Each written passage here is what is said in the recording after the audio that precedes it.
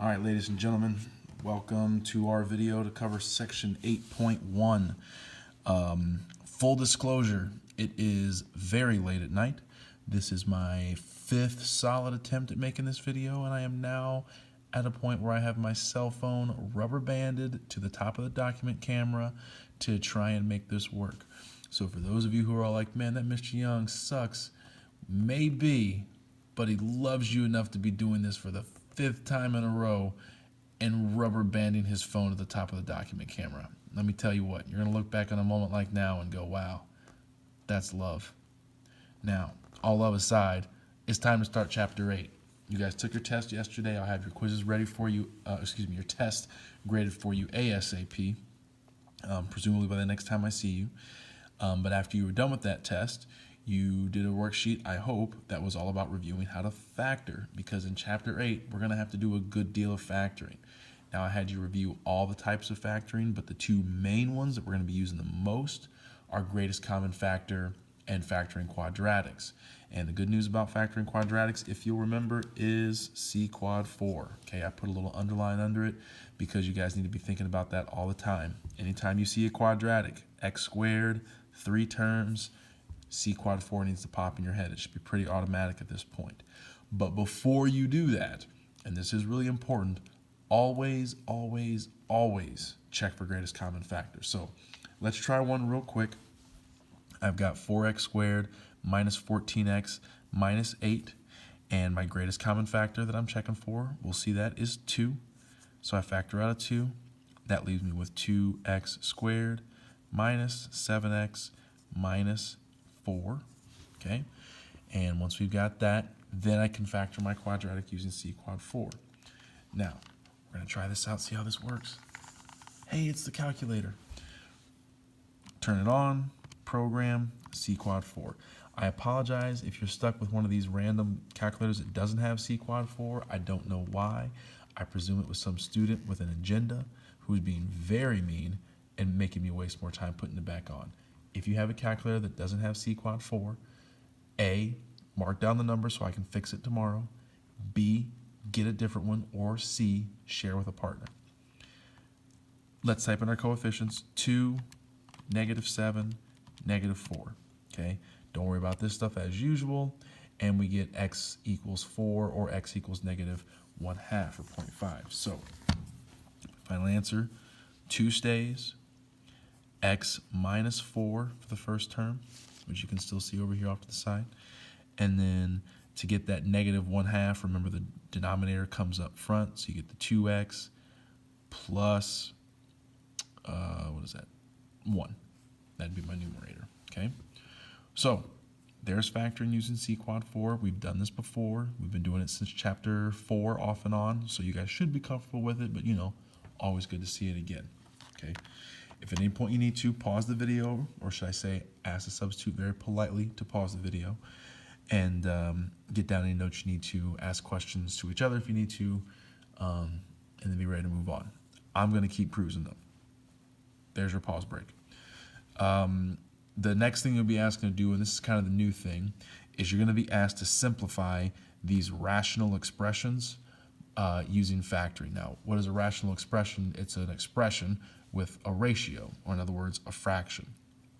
And we've been dealing with fractions for a long time, but now we're starting to see these crazy ones where you've got polynomials on top and on bottom in the ratio or in the fraction itself. And in order to simplify it, we have to factor the top and factor the bottom, and then I'll show you what happens then. So always greatest common factor first. You'll notice up here and down here we don't have any greatest common factor, so we can jump right into our C quad 4. And so if we do the C quad 4 for the top, I still have it turned on, so I can just start typing 1, -8, and 16. And again, don't care about that, but I do care about that, and it tells me x1 is 4 and x2 is 4, which is interesting because that means it's a perfect square. Now, that doesn't change too much for us, but it is good to note because it means I'm going to have the same factor listed twice up top. And I am going to write it that way. I'm not going to write it as x minus 4 quantity squared, and you'll see why in a minute. Let's do C quad 4 for the bottom. Again, C quad 4 is still running, so I don't even have to turn it on again. I can just start typing 1, 2, and negative 24. Okay, typed in my coefficients, press enter, vertex form, don't worry about it. And my other factors are x minus 4, x plus 6.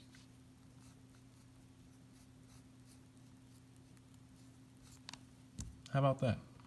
Now, what do we notice about these factors? Mr. Young, I'm starting to notice some of them are repeating. Yes, exactly. And what's important is that there's an x minus 4 up top and an x minus 4 on the bottom. Now, why is that important? Well, if we just look at these two factors, right? X minus 4 divided by x minus 4 equals what? 1. Correct. It equals 1. And if we're multiplying by 1, we don't need it, so they cancel out. Hooray. And that's where the simplifying comes in. You factor the top, you factor the bottom, and then you cross off the common factors. So all this monkey junk simplifies down to just x minus 4 over x plus 6. Now, you don't really need the parentheses there, but I just kind of put them there out of habit.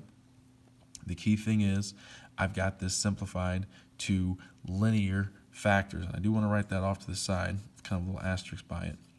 We want linear factors. If we can get this down to linear factors, we know we're in good shape because those are the simplest ones for us to deal with. And when we get to some of the stuff later in the chapter, these are going to make us happy. Anything else is going to make us pretty sad inside. Again, if you have questions, write them down. Pause the video if you need to get caught up. But again, this is our goal. This is what we're looking for. Factor the top, factor the bottom, simplify. Okay. Give me a moment while I move the sheet. I can't pause because I'm using my phone. Part 3, simplifying with multiplying. Now, we're dealing with fractions, we're dealing with ratios, so we need to remember how to multiply fractions first. I give you a little example. It's very 5th grade, but we need to see it again. Okay, 7/4 times 2/5.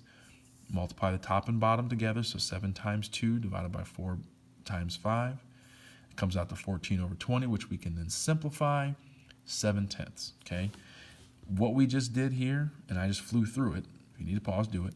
But what we just did here is all we're doing in this chapter, except replace 7 with a polynomial, and 2 with a monomial, and 4 with a monomial, and 5 with a polynomial. Like, it's going to get more complicated. We're going to have variables. You guys are used to this by now. But it's that same basic idea.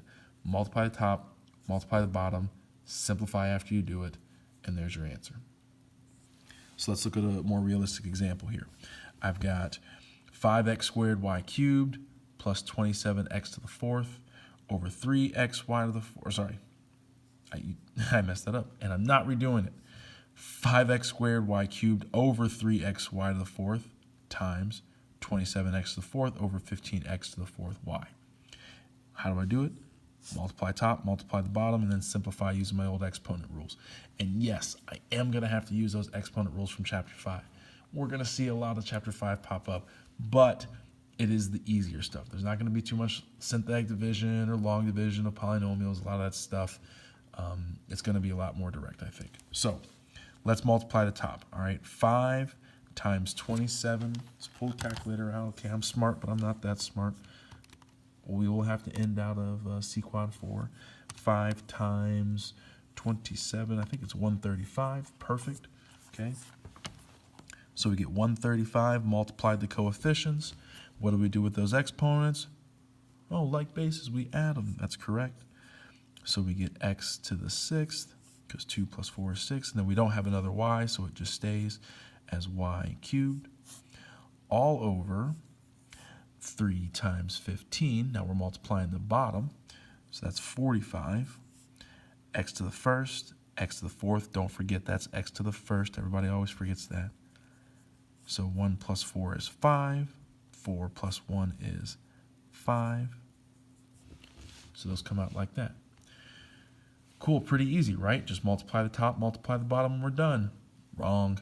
We still have to continue simplifying, right? Remember up here we couldn't just leave it as 14 over 20. We can't leave this either because we can't simplify it. So start with the coefficients. With the coefficients, remember, we divide. So 135 divided by 45 comes out to 3. How neat is that? Then we look at x to the 6th over x to the 5th. What do we do with those exponents when we're dividing? We subtract. So 6 minus 5, x to the 1st. 3 minus 5, y to the negative 2. Just subtracting the exponents, doing the same thing we did in the first part of chapter 5, you know, the easy part. Cool, so now I'm done, right? Wrong, again. We still have to get rid of that negative exponent. I know, it keeps on coming. But we get rid of the negative exponent. We have to move it to the denominator. So now the 3x stays up top because they both have positive exponents. Cross the line, flip the sign. Don't forget to flip the sign. That's the key part a lot of people will forget. They'll move it and keep it negative.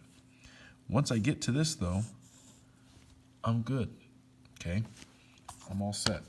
And what's crazy about this, if you ask me, the math major, all this equals that. It's a whole bunch of junk just to write 3x divided by y squared. But that's the purpose of what we're doing. That's why they call it simplifying. You take something complicated and simplify it, okay? Take a moment, get that one down, and then we're going to get to the real fun stuff. In this example, we're going to do the same thing. Multiply top times top and bottom times bottom. But I don't want you to start foiling this because the difference between here and here is these were all monomials. So we just use our exponent rules. But these are polynomials, right? Binomial, binomial, binomial, trinomial, okay? If we're going to multiply those together, we have to FOIL. I do not want to FOIL all that. That's a lot of foiling, especially when I know that I'm eventually going to have to factor because that's what they made me do in the first part of the notes. So what I'm going to do is I'm going to multiply top and top and bottom times bottom after I factor everything, okay? So let's factor 20x minus 5x squared. If we look at 20x minus 5x squared, that is a greatest common factor situation. So what's my greatest common factor between 20x and negative 5x squared? Well, let's look at it. It should be 5x. But what I'm going to do is I'm going to make it negative 5x. Now, why would I do that? Because I want to rewrite that as negative 5x squared plus 20x. Why did I do that? Because I don't want the x squared term to come second. Because as you can see in all my other examples, and every other example we normally do, the x squared term comes first. And when it doesn't come first, it causes problems. And because I know that, I'm going to go ahead and make that flip early. So you might want to add that off to the side.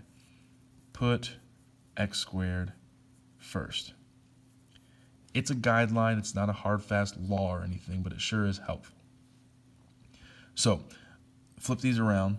Now I do that. Okay, negative 5x squared. The greatest common factor here is going to be negative 5x. All right, take the negative 5 out with it because it's up front. It would just look funny if I left it.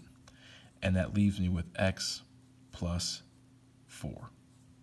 Okay, or actually, excuse me, it's going to be x minus 4 because I'm taking out a negative sign, so the negative and the negative would make a positive. Okay, excuse me, negative, negative, positive. All right, trust me on this one, and I'll explain how if you miss that negative sign, it's not going to kill you, but it does help you later on. So there's this one factored, and now we got to factor this guy. So x squared, 3x minus 4, that's a quadratic. Let's go back to C quad 4, program, and my coefficients are 1, 3, and negative 4. And so that leaves me with x minus 1 and x plus 4. All right, so far so good. Now, that's our top multiplied together. And understand what we just did there, right? We factored here, and now we've multiplied it all together. We've kind of done 2 steps in one because this is the left side factored and this is the right side factored, all right? Now on the bottom, I'm gonna do the same thing. Factor this guy first, and that's greatest common factor of x, leave me with x minus 1. And then over here, greatest common factor, none, but we have a difference of squares, x squared, 4 squared. So we can write that x minus 4, x